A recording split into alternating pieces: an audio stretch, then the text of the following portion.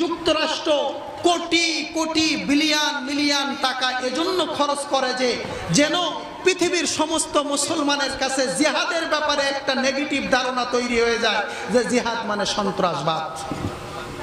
মুহতারাম হাজিরিন, যদি পৃথিবীর ইতিহাসকে যদি গবেষণা করা হয় তাহলে দেখা যাবে সমস্ত সন্ত্রাসী কার্যক্রমের সাথে ওই ইহুদিরা সংযুক্ত রয়েছে।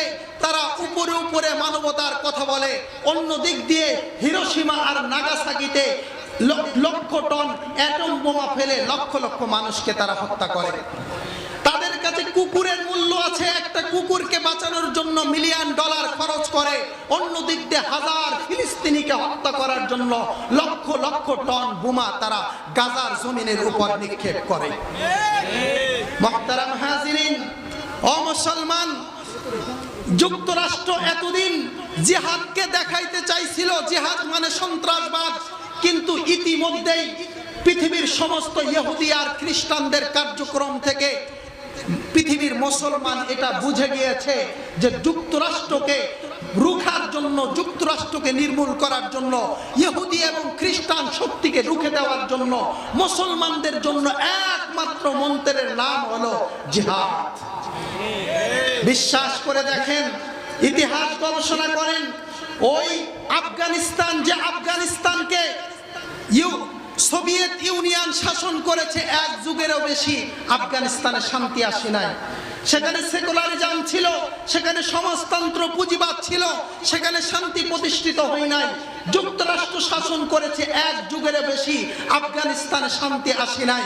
কিন্তু মুসলিম মুজাহিদরা যখন, তালেবান মুজাহিদরা যখন ওই যুক্তরাষ্ট্রের বিরুদ্ধে ইউরোপীয় ফোর্সের সামনে, সোভিয়েত ইউনিয়নের সামনে যখন জিহাদের বিধানকে পরিপূর্ণভাবে বাস্তবায়ন করতে সক্ষম হয়েছে, ওই আফগানিস্তান আজকে শান্তির দেশ হয়েছে। আফগানিস্তানের মধ্যে ইসলামিক স্টেট প্রতিষ্ঠিত হয়েছে। মুহতারাম হাজিরিন, আমরা এইদিকে খেয়াল করি, ওনারা আসছেন, ওনাদের কাজ করতেছেন।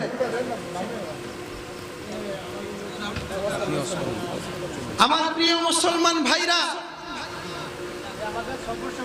এই জিনিসটা আমাদের মাথার মধ্যে রাখতে হবে যে আজকে তারা ইয়ামানকে ধ্বংস করছে, তারা আজকে সিরিয়াকে ধ্বংস করছে।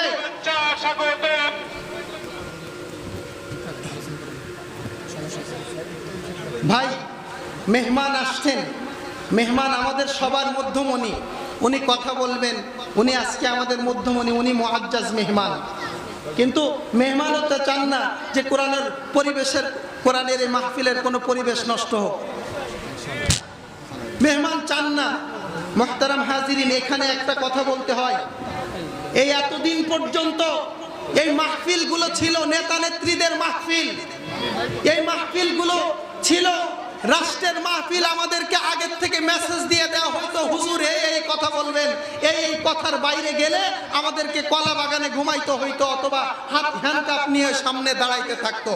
আলহামদুলিল্লাহ, আমাদের এই বাংলাদেশের হাজারো নেতা নেত্রী, তাওহীদি জনতা, এই সমস্ত মজলুম জননেতাদের কারণে আজকে আমরা শান্তির সাথে, স্বাধীনতার সাথে কোরআনের কথা বলার সুযোগ পেয়েছি, কোরআনের আলোচনা করার সুযোগ পেয়েছি।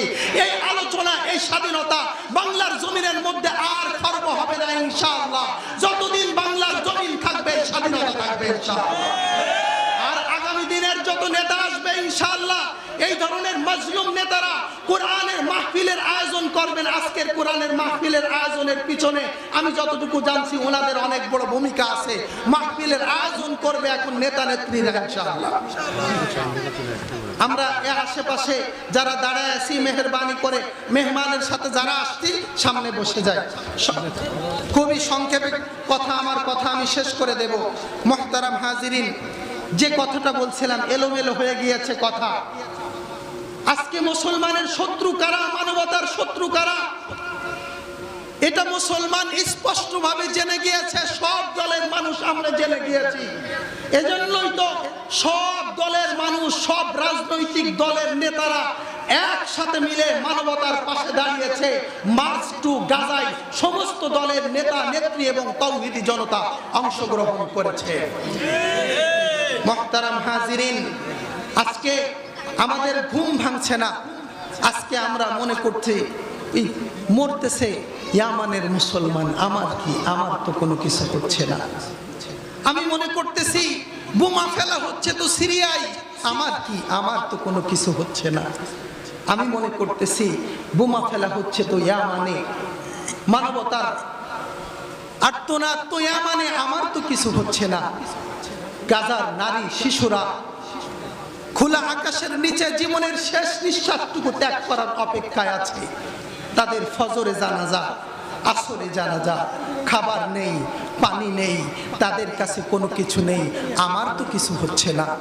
মুহতারাম হাজিরিন, স্পষ্ট করে শুনে রাখেন, ওই গাজার আর ফিলিস্তিনের মা বোনদের কান্না আর আর্তনাদ আমাদের চোখে যদি পানি না আনে, ওই ফিলিস্তিনের নারী আর শিশুদের ক্রন্দন যদি আমাদের চোখের মধ্যে পানি আনতে না পারে, বিশ্বাস করেন ও মুসলমান, আজকে তারা ফিলিস্তিন আর গাজা যদি ধ্বংস করতে সক্ষম হয়ে যায়, এর পরের দিনেই তোমার আমার পালা।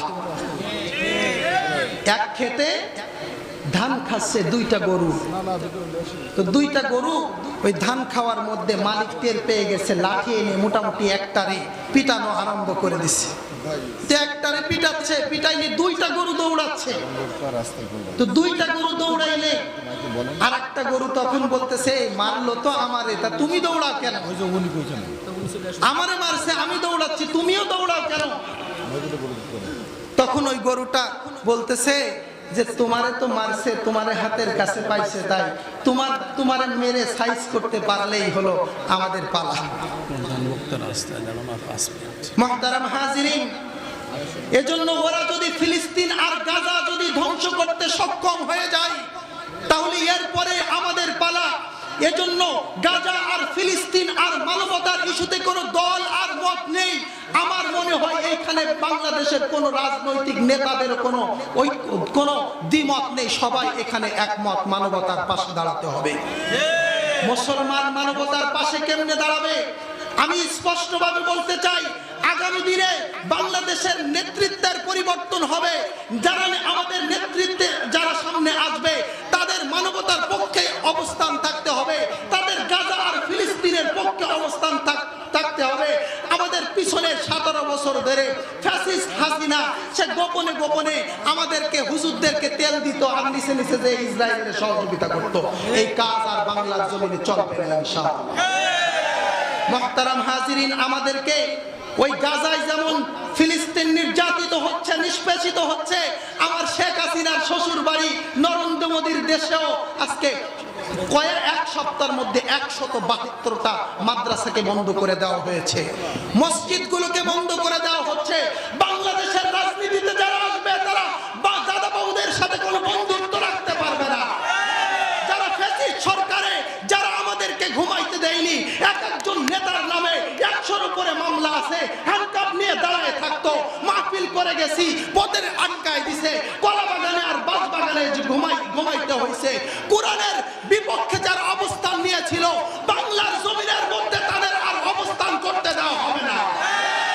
সামনে যারা বাংলাদেশের পার্লামেন্টে আসবে, ওই সমস্ত নেতা নেত্রীদের কাছে কোরআনের এই মঞ্চ থেকে আমাদের মেসেজ থাকবে, তাদের সাথে আপনারা আঘাত করবেন না ইনশাআল্লাহ।